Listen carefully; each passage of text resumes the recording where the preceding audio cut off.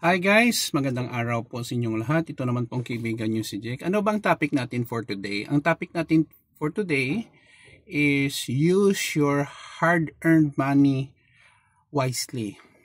Alam ko guys, sa ngayon, Yuletide season, December na ngayon, marami pong mga bonuses, 13th month bonus. Ibang company nga, nagbibigay pa rin ng 14th month.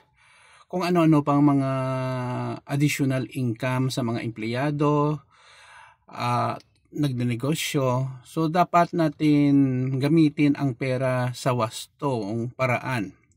Bakit ko po nasabi? Alam nyo guys, basta Kapaskuhan, or hindi naman Kapaskuhan, regular days, may mga pera tayo na na-earned through work and business. It's very easy for us to spend it without thinking kung kailangan ba ang ating bibilhin or hindi.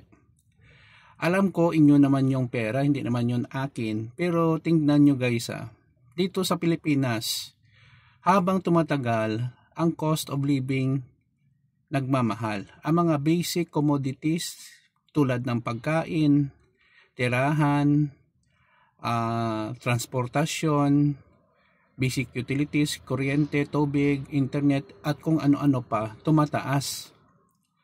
Wala na pong mababa dito. Halos lahat tumataas. Lahat yata, sasakyan, pati hospitalization, mahal na mahal, sobrang mahal. Hindi po libre dito sa Pilipinas ang hospitalization sa mga hospital. Even though may mga PhilHealth, pero mababa rin ang kanilang binibigay, kinukurakot lang ang pera.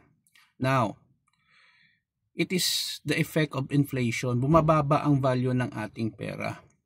So that's why, kung bumababa ang value ng ating pera, ang mga commodities or mga bilihin tumataas, ang kita natin hindi po directly proportional sa ginagastos natin, kung tutuusin.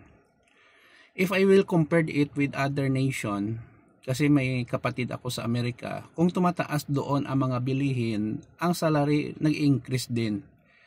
Directly proportional. Dito hindi, inversely proportional, baliktad. Tumataas ang mga bilihin, ang salary ganun pa rin or bumababa or may increase sobrang baba. So dapat gamitin natin ang pera sa wasto. Kasi po, madaling gastahin ang pera pero mahirap kitain. Yun po ang reality dito sa Pilipinas. Or even sa ibang bansa, guys.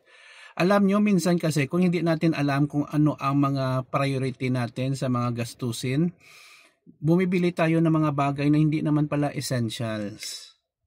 Or meron na tayo.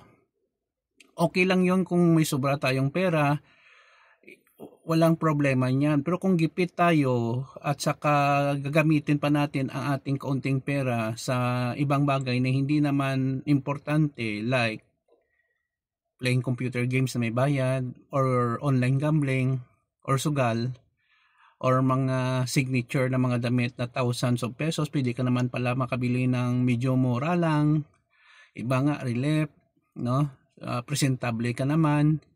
Instead bumili ka ng Rolex ng mga relo, digital na lang na relo, medyo mababa na lang, kasi ganun din ang oras, hindi naman nagbabago. The only difference, mamahalin lang talaga ang iyong relo. It's all about setting priority sa ating mga gastusin at alam natin kung ano ang ating needs. We don't want to impress other people, kasi kung ganon ang mindset natin, bibili ako ng ganito, iPhone 17 Pro Max para ipagyayabang ko sa mga kilala ko na kaya ko palang bumili. Mali yon kung wala naman kayong extrang pera o hindi kayo nakapag-save para pangbili ng iPhone 17. Kung gusto nyo talaga, okay lang bumili. Pero wag na pag-iiyabang, kasi alam naman natin ang mga gadgets ay madali din nagdi-depreciate. Okay? So, kung may na-earn tayo na pera, set aside tayo ng saving at saka mga emergency fund. Katulad nagkakasakit, may hugutin tayong pera, It's all about mindset and self-discipline. Lahat ng bagay dito sa mundo, kailangan lang talaga pag-isipan at may disiplina lang talaga. Kung kaya nyo invest ang pera nyo para mapalago, much better. So yun lang po guys, sana po may napulot po kayong aral sa ating video ng use your hard-earned money wisely. Maraming salamat sa aking mga followers. Sana po may